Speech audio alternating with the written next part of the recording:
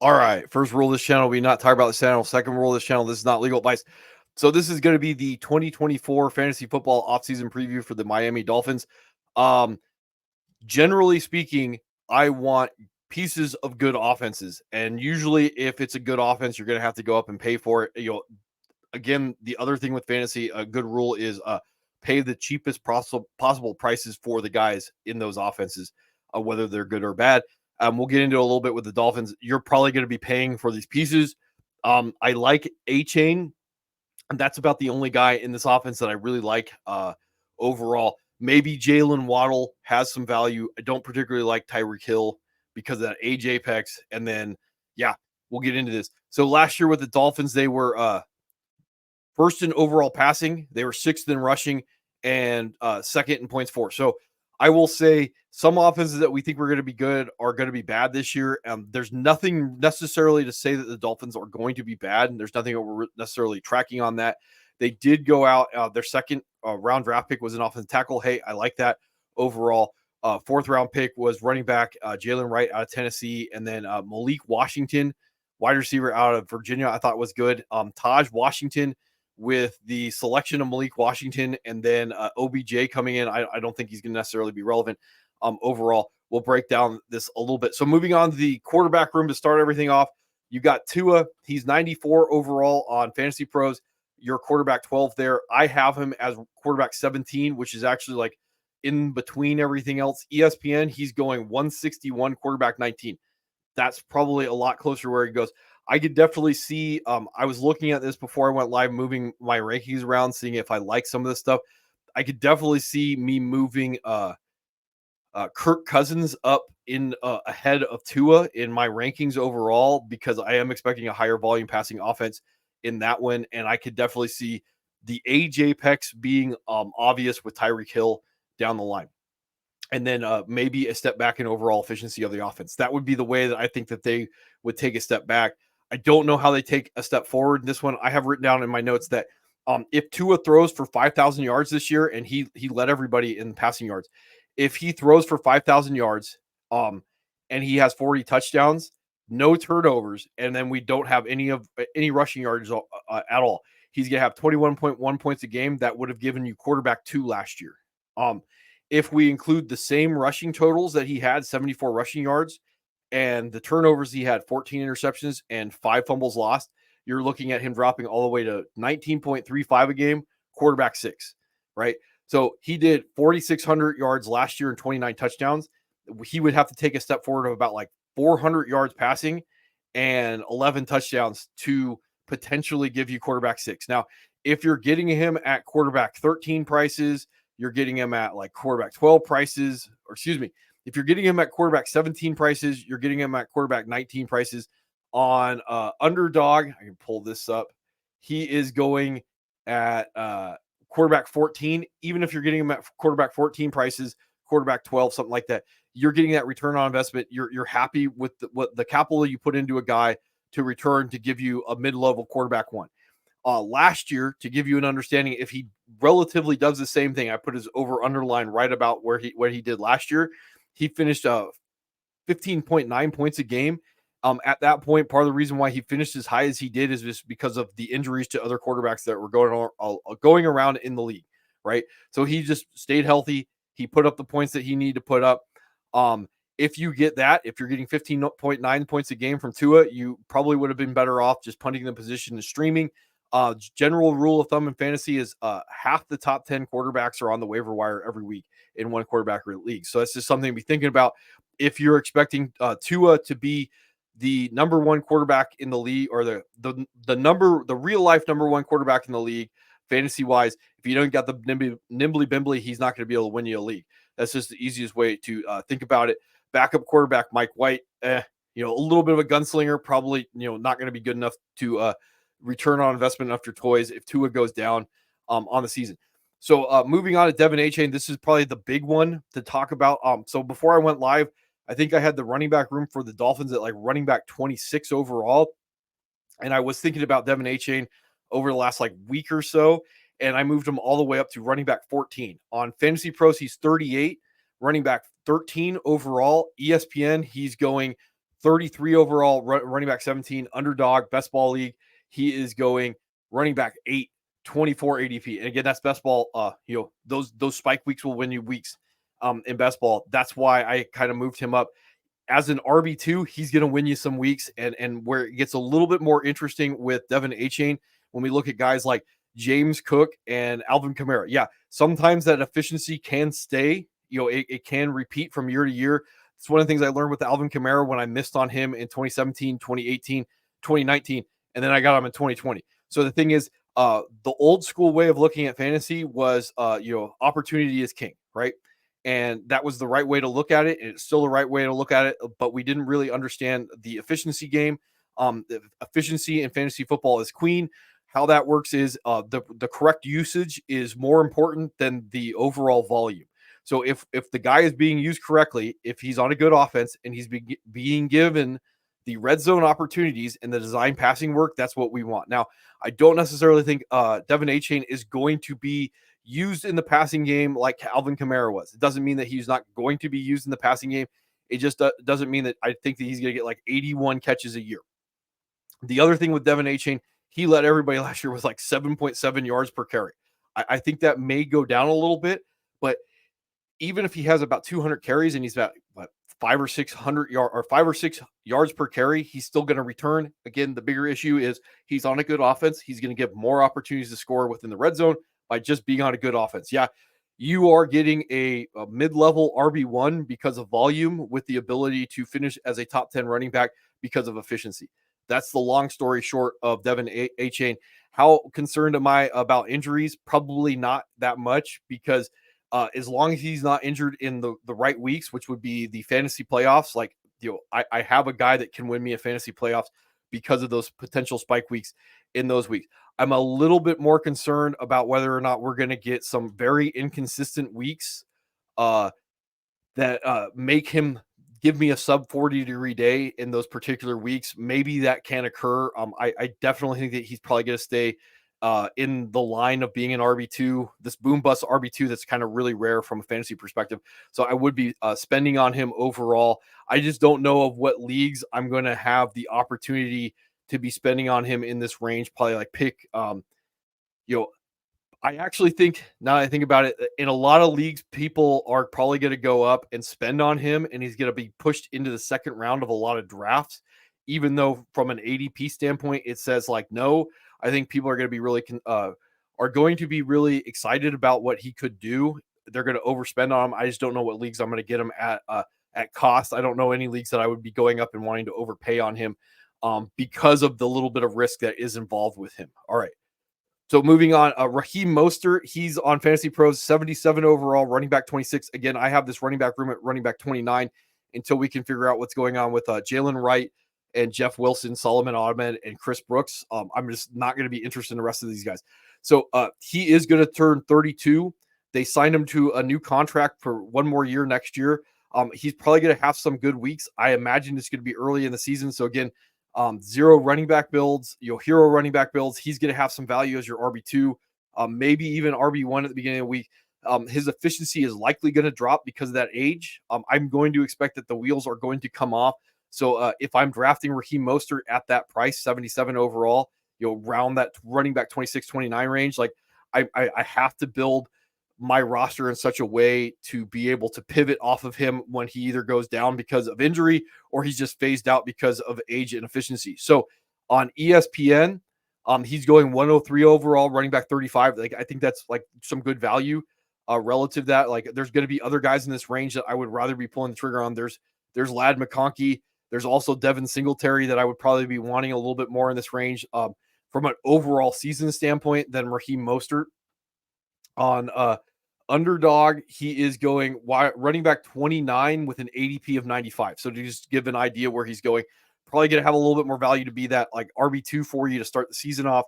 So I don't necessarily like 77 on Fantasy Pros when I can let him drop to about like pick 100 in other leagues.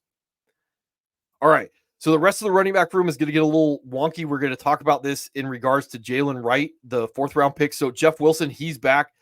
He's got one more year on his deal.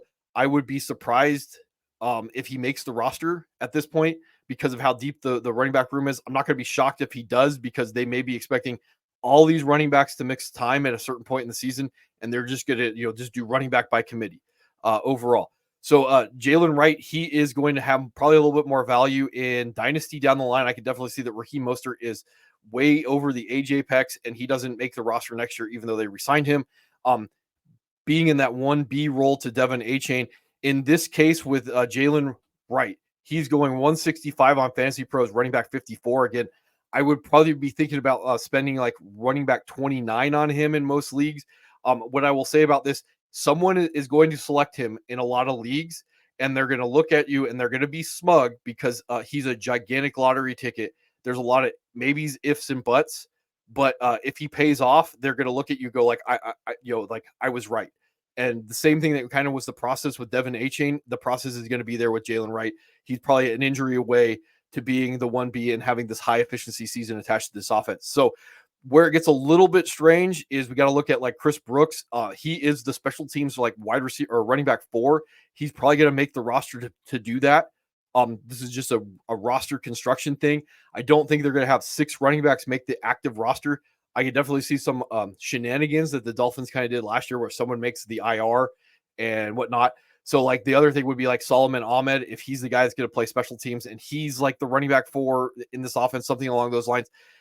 So the thing is to look at with Jalen Wright is I could definitely see that he is inactive at the beginning of the year, and eventually he becomes like the RB2, RB3 in this offense.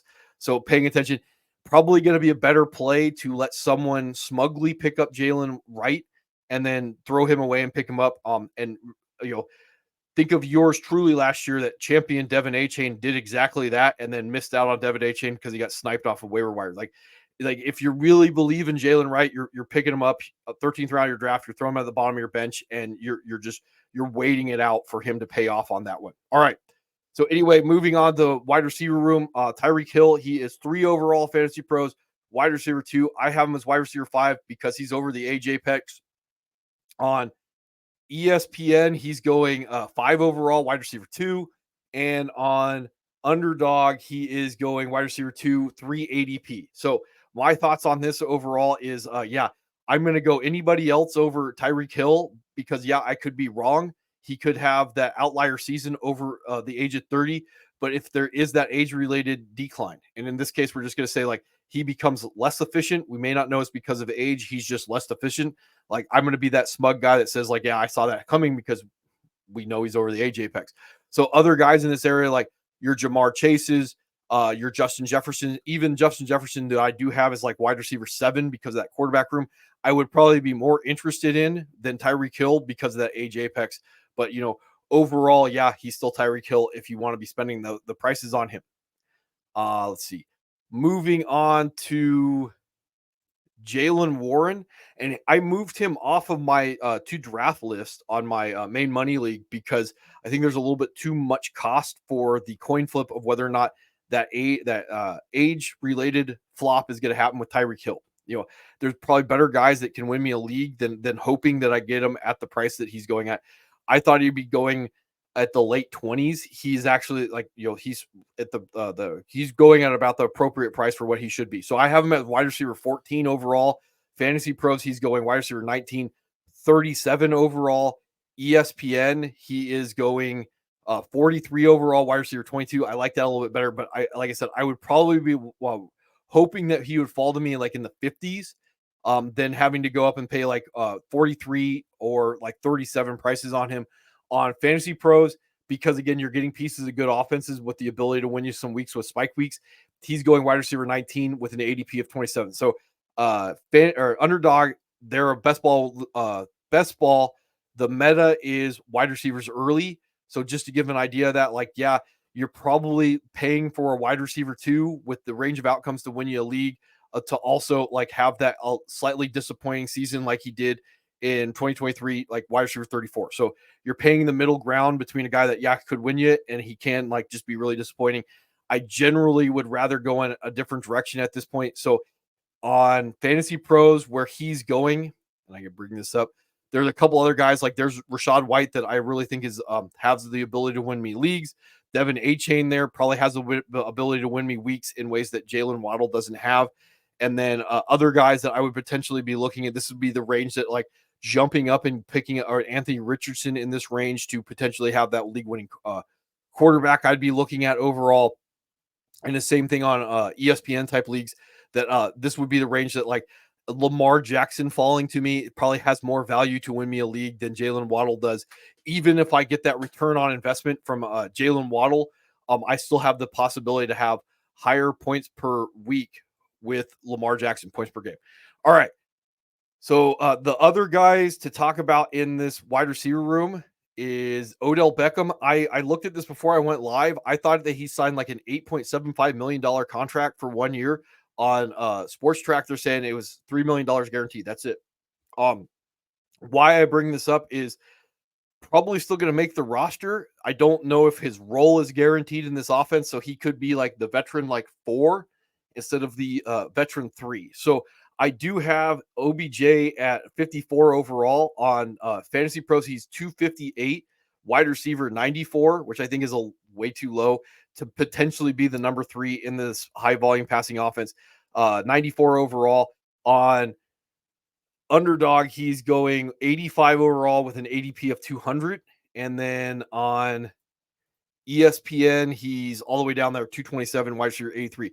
So there's a couple things to be talking about with Odell Beckham in this one. Like when I look at the wide receiver room, they have like Anthony Schwartz, who I don't know anything about, Braylon Sanders, who I don't know anything about, Eric Ezukanma, who I don't know anything about, and then River Cockcraft. Those are the wide receivers they have that are 6 foot or over on this team. So the other guys, the guys that we could talk about, like Taj Washington, the 7th round pick from USC, he's 5'10. Malik Washington, the 6th round pick, he's 5'8. Jalen Waddle's 5'10. Tyreek Hill is 5'10. And then, the giant of the bunch is going to be Odell Beckham at 5'11. So the reason why I bring this up is Odell Beckham's role in this offense as the number 3, maybe to play that X, probably not going to have the highest efficiency if he's left out on that island overall. The other thing that I could definitely see him playing within this offense is sort of like Jarvis Landry in Cleveland, where it's just like low efficiency, high volume type of play that like it's 3rd and 7, let's go out there and get 7 yards. That would be what I would expect Odell Beckham's role to be in this offense. And if he's going to do that, like he's going to be a very safe wide receiver 3 if he stays healthy. So overall, that's why I would have him at about wide receiver 54. There's a lot of other guys that I'm probably going to be pulling up over him as we get like if Luke McCaffrey's the guy, what's going on with Jalen Polk and Javon Baker in New England. Those would be the guys that I would definitely steam up over Odell Beckham at this rate. But I think overall, like this is about as safe as you can get, like the number 3 wide receiver attached to the number 1 passing offense. It's just really easy at that point. The other guy, because of the contract that I actually took off and then put back on, the 6th round pick, Malik Washington out of Virginia, I do like him. He's my wide receiver 73. He's going 333 on Fantasy Pros 114. I'm not even sure he's on ESPN. And on Best Ball, he's like wide receiver 95 with an ADP of 213. So again, he's on the radar to potentially be the number 3 in this offense. If through OTAs and training camp, if we get an idea that Malik Washington is the number 3, he is probably going to be steamed up a little bit. Part of the bigger thing about talking about this is if we're expecting that there's a possibility of Tyreek Hill being able to age apex, 30 years of age, probably not going to end up being that like possession receiver that maybe we could expect Odell Beckham to be in this offense. If there is an efficiency decline because of age, someone like Malik Washington could take that over just as easily as Jalen Waddle, those vacated targets, that efficiency that we'd be looking at. All right. So to finish this all off, we'll go to the tight end room. There's not a lot to talk about. Like Durham Smythe was a starting tight end last year. Not even interested in him one bit. They went out and they signed Jonnu Smith, the tight end that came out from Atlanta, the Falcons last year. He was fantasy relevant. You see last year he finished as tight end 17 overall. So on Fantasy Pros, he's 301, tight end 36. I have him as tight end 30. He is the dart throw of all dart throws when it comes to some of these guys. So again, you're looking at tight ends, the number 3 attached to the highest volume passing offense. He is going on Fantasy Pros as tight end 25, 193. So yeah, we could tell the story where Jonnu Smith is the number 3 option in the highest volume passing offense in the league. That's just how simple it is. There's probably other guys in this area that I would be a little bit more interested in. I'm bringing up my tight end rankings right now. He's all the way down there in like tight end 2 land because of how hard a road I think it is for him to return at this point. And there are probably better guys to be taking at this point. But, if we find out like Jonnu Smith is a top 10 tight end, you're not going to be shocked. That's just the long and short of that one in general. And that's about all I got, I think, for today. And tomorrow we're looking at, the Eagles.